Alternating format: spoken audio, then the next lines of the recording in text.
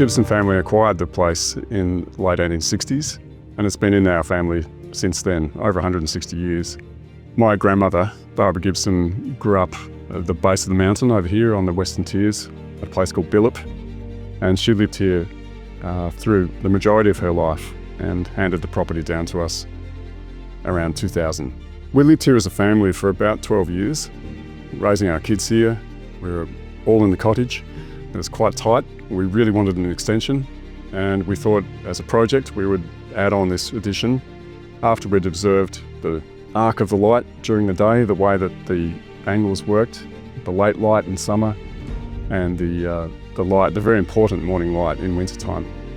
And during the course of those years, we spent a lot of time in the design process and in collaboration with architects to come up with this addition which would offset and run around this rear courtyard of the original building. We took great care and consideration in terms of heritage to match the buildings together. By that I mean we used a suite of materials which were not incongruous with the old building.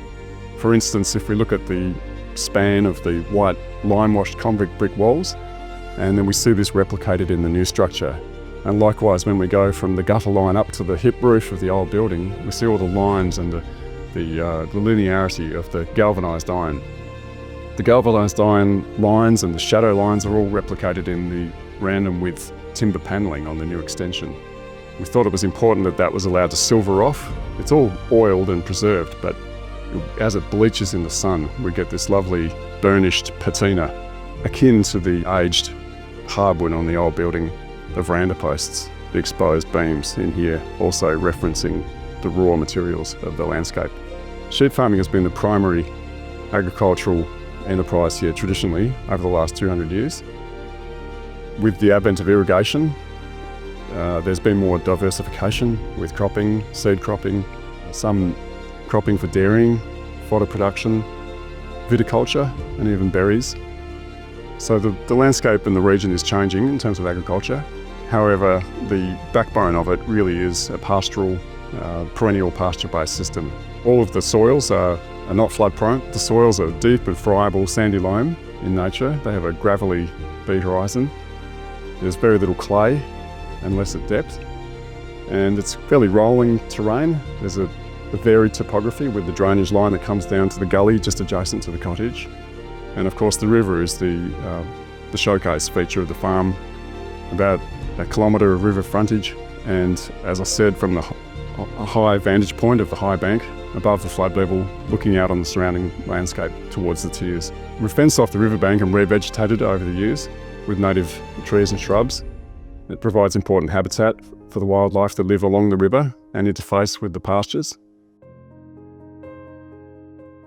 We've had wildlife cameras set up over time, which have recorded all sorts of nocturnal creatures. We've had anything from Tasmanian devils, wombats, through to bandicoots and all the wallabies. But the standout wildlife of this place would probably have to be the apex predators, the sea eagles, wedge-tails, and brown falcons. They're residents, and they arrive and perch in a pine tree right next to the cottage. There's a big roosting branch up there. And of course, in our garden that we've established over the years, we have all the small garden birds, blue wrens, wagtails. And additional to that, we know where the platypus lives. It's just down the hill. We also appreciate that the garden is home to the endemic green and gold frog. Establishing these gardens was a real labour of love, and we've really enjoyed the structural element of the plantings, the year-round nature of bringing in the green, the silver, perennial colours, and the whites into the garden. I didn't realise you could have a white garden, but or a green garden, or even a grey-green garden, but there you go. We really enjoyed all the hedging, the structural elements, the volume, the massing of plants, expanding it. It's been a real joy and a thrill for my wife and I. It's really a significant thing for us to have lived here and to have cared for this place. We've brought back something of its family life. For many people, they don't actually even know it's here. It's quite secluded. Maybe it's the nature of the roads around and the sweep of the river, but when they do come down the long driveway and they emerge here at the cottage, they're often quite surprised to see this house. And that's one of its wonderful attributes. We're this close to Launceston, and yet it does feel very nurtured and secluded. I think the river setting is really quite hard to beat. I particularly like the play of light across the landscape, the linear vanishing into the distance views, right from Ben Lomond in the east, right through to the sunset on the Western Tiers. It is quite dramatic and a very special place. As we look to the future, I think the people that I would envisage taking over this place, becoming the next custodians, would be ones that do appreciate its unique and special position. It does sit in a real juncture between the northwest of Tasmania and the Midlands and the north. It's a crossover point.